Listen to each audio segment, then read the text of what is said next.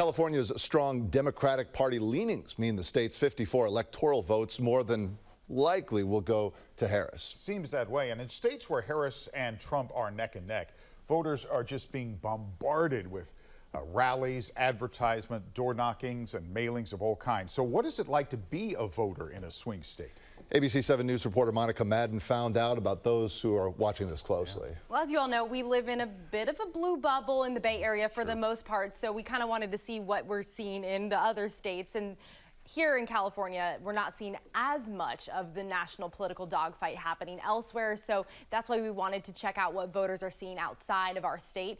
And we checked in with our reporters at our sister stations in North Carolina and Pennsylvania to hear what is happening in the final days of the presidential race.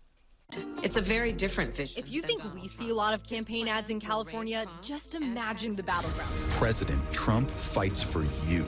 There's been about $1 billion worth of presidential ad spending in swing states between July 22nd through October 8th. And reporters at our sister ABC-owned stations in battleground states confirming our assumptions about how voters are taking it.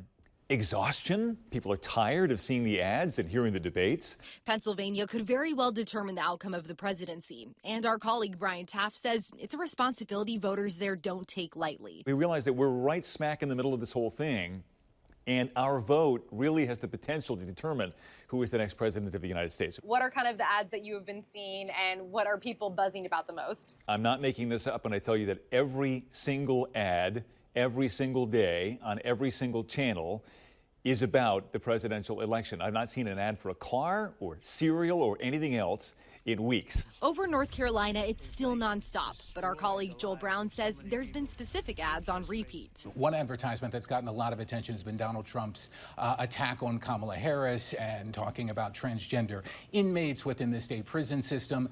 Kamala Harris's ads a lot more on personality. And the subject matter of the ads, much different than what we're seeing in a blue state. It is the abortion, reproductive rights issue, it is the economy, and it is immigration. These are the three things that voters here are being beaten over the head with on a daily basis. What themes would you say are resonating with your state in terms of different issues that we're talking about in this cycle? We saw Donald Trump here in Rocky Mount, which is about 60 miles away from Raleigh yesterday. He talked a lot about the economy, talked about inflation, talked about immigration as the biggest issues in the campaign.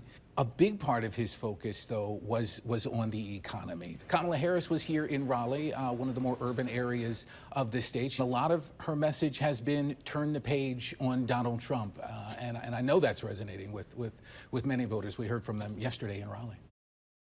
And it's not just the ads. People in battleground states are also constantly having their phones being blown up. So much so that Brian from our Philadelphia station declined my first 2 phone calls. He assumed it was a campaign robocall. That's funny. And that was kind of my assumption. I was like, did you think it? And he's like, yes, I really did, because it's been nonstop. That's fantastic. California? Who's calling me from California? Exactly, I'm glad you persisted. I did. Hey, that's the reporter's job. Yeah, thanks, Monica.